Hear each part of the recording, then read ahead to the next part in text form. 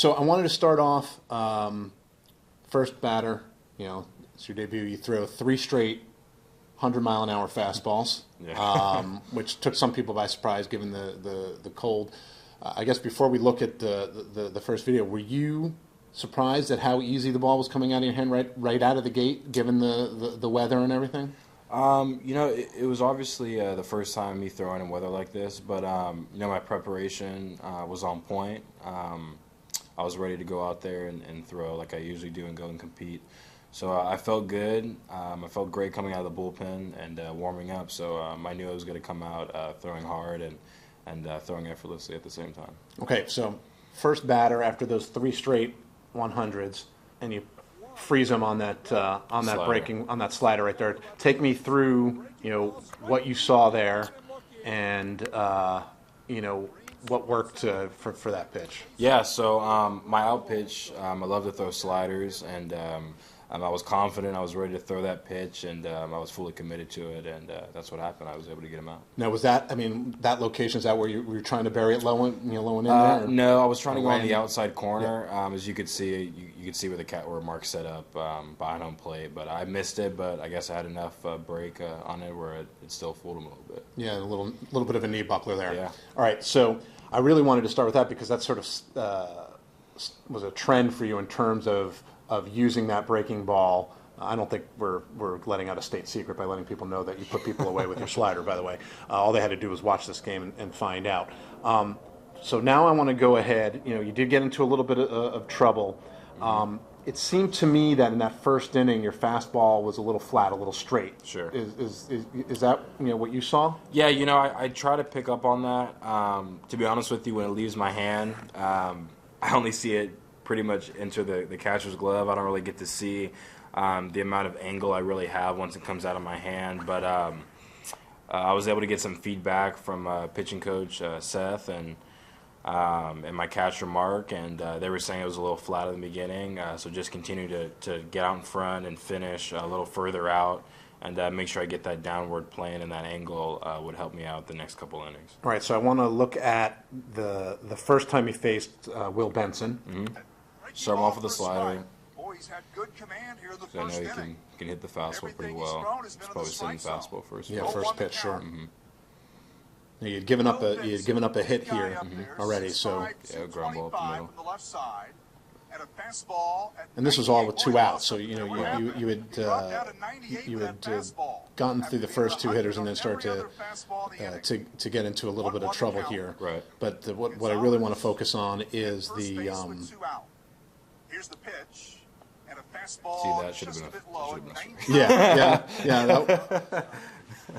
Yeah, that walk back to the mound that should have been a strike. Yeah. Walk back to the mound, yep. And that's going to happen really at every level. You know that.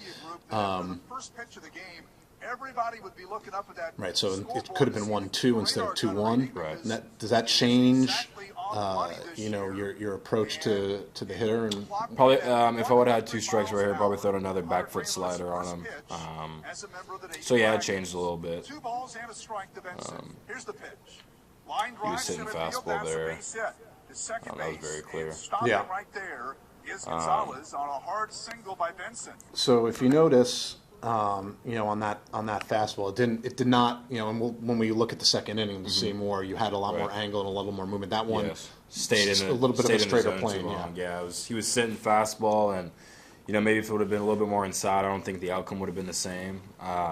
But it was down the middle, right over the plate, and he was ready for it. So So is that something that you store in the back of your head, saying, okay, well, now I know he did this? Oh, for sure, yeah. And we take a report down in the bullpen or in the dugout, and we see what the hitter's approach is and what they did their previous at bat. So I know how to throw against them next time they come around. And so you got runners at first and second here. Yeah, the one down the line. Now, it wasn't that well hit. It just sort of found a hole, but the pitch he threw, it didn't even look like it was that bad location-wise. No, it was on the outside corner. He's sitting fastball. I let him extend his hands. I wanted to go inside on this guy. I thought that would have been a better approach if I went inside. Threw a two-seam, I believe, on that pitch, and usually my two-seam runs outside, so I was confident that he was going to miss it or foul it off. Obviously, he hit it, but probably if I were to do it again, I would have started inside for sure. Well, one of the things that you said in the post-game press conference is, one thing you realize you need to work on after this outing is your comfort level in getting lefties out. Right? Sure. Benson really squared up that ball. Mm-hmm. That double wasn't particularly well hit, but still Sure. another lefty hitter. Mm-hmm. What from those two guys? I'm assuming that's what you were referring to in terms of the lefties. Right. What do you realize you have to do against a left-handed hitter now? Well, I believe the last inning I struck Will out, and then I struck this lefty out that just hit that double. But it's I think it's just perfecting my back foot slider on a lefty, because I'm really comfortable going outside on a slider for a righty. So working on the backdoor lefty slider would definitely would help me with this. I'm going to go to the end of this inning. You've got the runner on second. You got 1 and 2 now, and you already had 2 punch outs in the inning. Mm-hmm.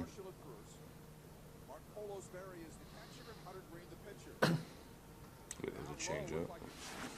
You didn't throw too many of those. No, I think that was the only one I threw. Well, there's one when we get to the third inning I'll ask you about. I thought the first pitch to Will Benson. Yeah. Fastball up. Right. So in that case, tell me, I know you were working. We were talking a lot about angle and getting down, but that time you're trying to elevate the fastball, right? Yeah, and that's something I'm going to continue to work on and get better at. I was talking to our pitching coach and Mark and the other catchers. That's what I really want to work on next is knowing how to elevate, throw high inside, middle up, and just changing the eye level of the hitters. Because I know as a hitter myself. That's really hard, to see a pitch, at the knees, get called a strike, and then a ball that comes up, neck height, eye height, and it's pretty hard to hit. So it's very deceiving. Do you find that your background as a hitter helps in that regard because you know what makes a hitter uncomfortable? Yeah, for sure. I always think about a hitter's approach after I throw, just because I'm so in the moment while I'm pitching. I don't really take my time to think about what my approach would be in this certain count, just because I'm just in it, and I don't really get to take that time to think about it. But once I'm done with my outings, I usually think, okay, if I was hitting, what would I throw myself in that certain count? But while I'm pitching, I never think about it. Let's move ahead to the second inning. And as I'm queuing this up, it seemed clear to me that you came out and you made some adjustments. What did you talk about in the dugout in between innings? What happened in the first inning and how that impacted what you did in the second inning. Yeah, well, like we talked about earlier, the angle, the angle of my fastball was pretty flat the first inning. I think I was falling a little bit too forward instead of stacking on my backside and getting more movement. So I definitely made that adjustment the second and third inning. And I kind of slowed things down a little bit. I think I was a little pumped up in the first inning, a little too much, and had to take a breath and just step off the mound and know what I was going to throw in certain counts. So that definitely helped me these next couple outings. Yeah, so let's look at the first hitter here. And I would think weak contact on the ground. I mean, that's the pitcher's best friend, right? You didn't have too much of that last night, but exactly. I would think that's the kind of thing that you really want to, especially first pitch, yeah. To be able to get a guy on the first pitch swinging and get an out is really key. So that was a perfect play by Montreal and I for sure. Right, and then really the only other thing in this inning that I want to show, because I thought this was a really good sign of the adjustments you made with your fastball, is the strikeout pitch to Rivera, which you'll see was a fastball, not the breaking ball. Right. But it had much more of that plane and downward movement. So let's take a look here. I mean, that's kind of where. Yeah, it started about thigh height and ended up at the ankle, so it had a lot of good downward movement and plane to it, which was pretty deceiving. Now, was this a two-seamer or was this? No, that was a four-seam. Yeah. Okay. I mean, if you can get and that four kind seams of, usually like they stay or they rise. Right. just happened to go down. Right. I mean, you've been pitching long enough to know that if you can throw 98 with that, Right. At the very worst, he's going to, again, weak contact on the ground, For but sure. more often than not, I think he's going to swing over it. All right, so the third inning, you got yourself into some trouble. I'm going to, first two guys. So we got runners on second and third. No, it's still First first, and second. still first and second. I want to ask you what happened with the wild pitch. Yeah, so that mound, it it was really moist. The dirt was, so it stuck to my cleats pretty good. I didn't have a good plant foot, so when I planted, my foot would slide, which caused my arm to drop or land in different positions. So that was hard. I was trying to scrape it off with one of the tools we have out there, but obviously adversity you got to be able to overcome and face and. Just keep competing. Right. So in that case, it's just because your arm slot dropped. Is that why? Yeah, it's because my planting foot it's not firm, when it lands. So I don't have like a good solid base when I land. So it was sliding a little bit, which caused my arm to be in different angles and slots. Okay. Yeah. So before we look at the next couple of out pitches, so you have runners at second, third. There's nobody out. Mm-hmm. You know that this is your last inning, Yeah. and you want to finish the inning. What's Right. going through your mind after that wild pitch gets uncorked? How do you sort of reset yourself to not try to do too much and make the perfect pitch? Focus on the glove and be able to pound it and be consistent. And I wasn't going to let these guys score on second and third. I was going to keep the game tied and have the confidence that my team was going to come back and hit for me the next inning.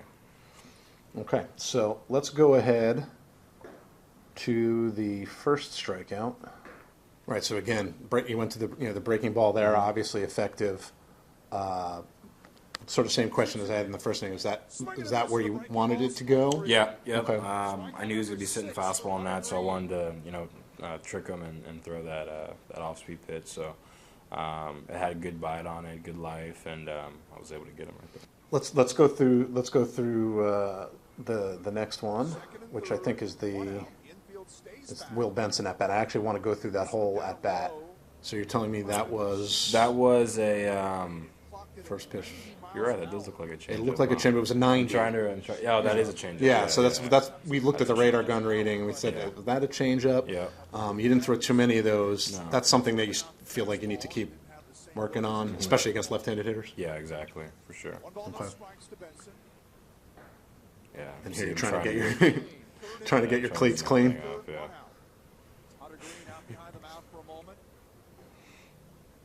You don't have to deal with mud too much in Southern California. The mounds are great. Greene ready. Here's the stretch. The 1-0 pitch.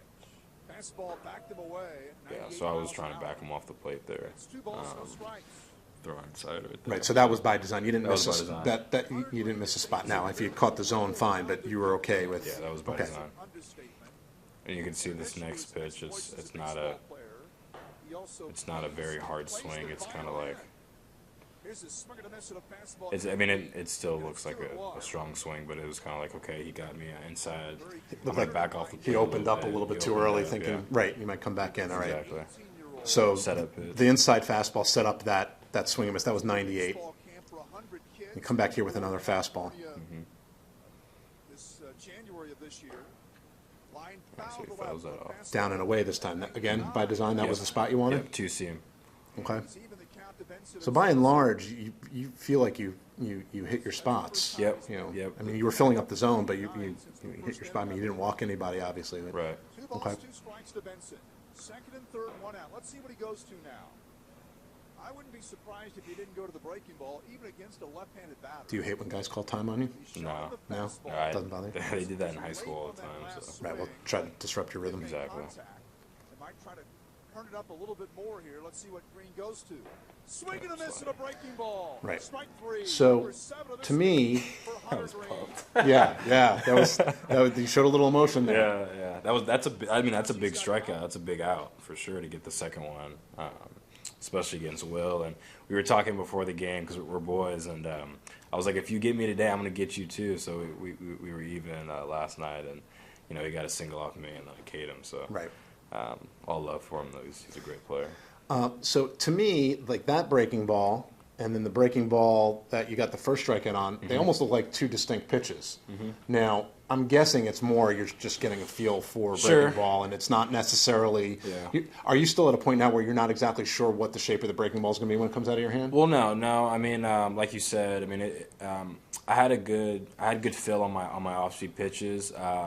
Some of them, I feel like they overlapped each other. They mixed a little bit last night. They usually don't, but under the conditions of the weather, it happens, I guess, sometimes. But yeah. Well, in your first 3 innings of the year, it's Right. so. When you're like firing on all cylinders and it's warm this summer, you would say you have a slider and a curveball, Yes. and you can differentiate between them on your own. It's not Yes. like, oh, that one ended up being a curveball. Right. Okay. Exactly. All right. So let's go to back to Wade, and you fell behind 3-0. Yeah, so Wade doubled. It was the first inning he doubled. I wanted to work inside on him. So I liked that pitch right there because it went by his feet, so he moved his feet a little bit And that was to get him off the play. That was by design. And you were up to 100. That was the last. You was hit 100 on that one. Okay. I think you saw the finish line. Right. And you were reaching back for a little something extra. But so that was Yeah. you wanted to. Yeah, and he hit the first pitch, which was a fastball in the outside corner, so I wanted to show him my slider a little bit. Yeah, he saw the fastball the first at bat, Right. so I wanted to those. Right. Again, you probably would have wanted hoping for outside corner on that, but that was Right. off the plate a little bit. Try to get out of this jam. I think you come back with the fastball here. Second and third, 2 out. But he is 2-0 with Austin Wade.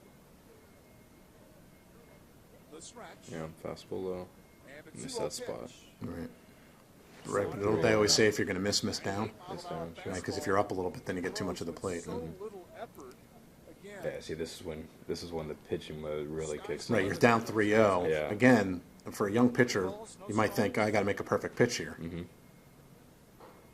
Yep, so fastball over the plate. set again. And He's mad because he thought he should have gotten that Yeah, one. yeah, he wanted that one. Yeah.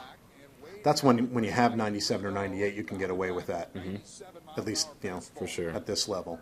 Might have been thinking that Hunter Greene would take a little off to get a 3-0 pitch. Look at the look on his face. He's like, Yeah, man, exactly. that was my pitch right Yeah, there. exactly. Came in at 97 instead of 98 or 99. Yeah, this is when you really got to know how to pitch. Bear down, get strong, and really trust your stuff. Orwiler is still not throwing hard in the bullpen. They're going to let Greene finish this inning if he can. 3-1 the count to Austin Wade. Yeah, I mean, 3-1 breaking ball. That Yeah. takes Yeah. some intestinal fortitude, as they say. Yeah, you really got to have confidence with your stuff and really trust it. Trust that your preparation, during the off season and your bullpens Put him away here. are strong and you know what you're doing. The stretch by Greene. Yeah. And that was a really big downer slider. Yeah. So again, it almost looked like a curveball slider combination. Yeah. Again, That's excited. a little excited there. That's huge. I mean, I live for these moments where I'm able to, really dig deep down inside and really show that I'm able to pitch and I know what pitches to throw and my secondary pitches are working. So Right, because I mean, listen, you're gonna be pitching your whole career with guys on base in situations like that. So you're walking off the mound there. Are you thinking, okay, this is what even though they put up the 2 runs in the first inning, are you thinking, all right, this is a really good first step? yeah, for sure. And being able to come out strong and have the confidence of my pitches and the confidence of my team behind me that they're going to defend if there's a ground ball hit or a fly ball or a line drive or something and they're ready to go. And then coming up and being able to score for us and get us on the board. No, I mean, you struck out 8 in 3 innings. You didn't give your defense much to do. I wanted them to get some reps in, but it didn't work out. So two last things I wanted to ask you about real quick. One, I don't think I saw you shake off a catcher once. Oh, I did. You Yeah, did? Okay. I did. What were I mean, were there some key moments? I mean, obviously you're learning to get on the same page with him. Yeah, I mean, my best outings are when I already know what pitch I'm going to throw before I get onto the mound. So, like, once I get that ball back from the catcher, I already know what pitch I want before I even step on the mound. So that's what happened that second and third inning. That's why it was stronger than the first, and I had confidence what pitch I wanted to throw and where I wanted it. Were you guys on the same page more often than not, though? Oh, for sure. Yeah, especially Mark- once you got a sense of. Yeah, Mark's a great catcher. He knows exactly. He pretty much knows exactly what pitch I want. He does a great job setting up, and He does a great job getting wide, with his body. I like catchers that I have a big target. They get wide with their legs, and their glove opens up and gives me a big target. So he does a great job. Right. And the last thing I wanted to ask you, and it's mostly because people on Twitter were asking when they were watching, because I was posting video and things like that, and it was more, I think, concern than anything else. It seemed that your finish and follow through, you're almost finishing with your back turned to the plate, and therefore you're going to get clocked by a line drive. Sure. Is that something that you're aware of at all? I can cue up one pitch if you want to see it. Or? Yeah, no, I know what you're talking about. I did spin off a little too much on a couple. I think it was my adrenaline and just my explosiveness towards the plate. But I understand I have to be heads up on a line drive and have my glove ready to protect my face or my body. Right. It seemed more often than not it was after a swing, the ball had already gone by the hitter that you that you spun. But I could see people watching it thinking, oh man, if someone hits one back up, that Will Benson single, if it's deciding your turn like that, you're going to get blindsided. Well, I mean, I was ready for it. I mean, I was able to get out the way for the line drive up the middle. So. Okay. Well, good. So people on Twitter, he's safe. Don't worry about it. All right, Hunter, thank you so much for your time. This was awesome. Thank you. Yeah.